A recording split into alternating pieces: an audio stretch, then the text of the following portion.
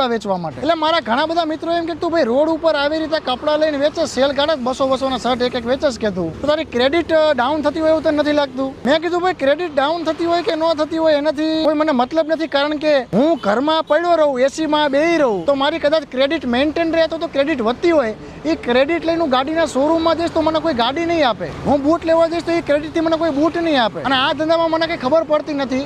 મને બધા લોકોએ સલાહ આપી, પણ સલાહ કરતા અનુભવ કરો તો એમાં વધારે ખબર પડે. પહેલા દિવસે હું ને મારા મિત્રો આવ્યા, મારી ગાડી લઈને બધા પોતે જાતે બતાવ્યું. હવે હું એકલો જ આવી જાઉં છું આવી રીતે કપડાં લઈને, કારણ કે મારું માનવું તો એવું છે કે આપણે કોઈ પણ કામમાં નાનપણો અનુભવવી જોઈએ. મારે આ ધંધામાં જવું એટલે હું પહેલા રોડ ઉપર લઈને ઊભો રહું છું. મને આ ધંધામાં મજા આવી તો દુકાને કરીશ. અને મારું સૂત્ર છે કે હું ભલો ને મારી દુકાન ભલી. એટલે અત્યારે તો મારી દુકાન 8 લાખની છે ભાઈ. એટલે 8 લાખની દુકાનમાં કપડાં લઈને આવું. ઘણા બધા લોકો એવું વિચારતા હોય કે આપણે આ કામ કરતા હારા લાગશું કે નહીં હારા લાગવી, એવું બહુ ન વિચારવું એમ. એટલે ક્યારે પણ કોઈ પણ કામમાં નાનપ ન અનુભવી. બસ એ જ ઉદ્દેશ્ય છે આ વિડીયોનો. Thank you so much.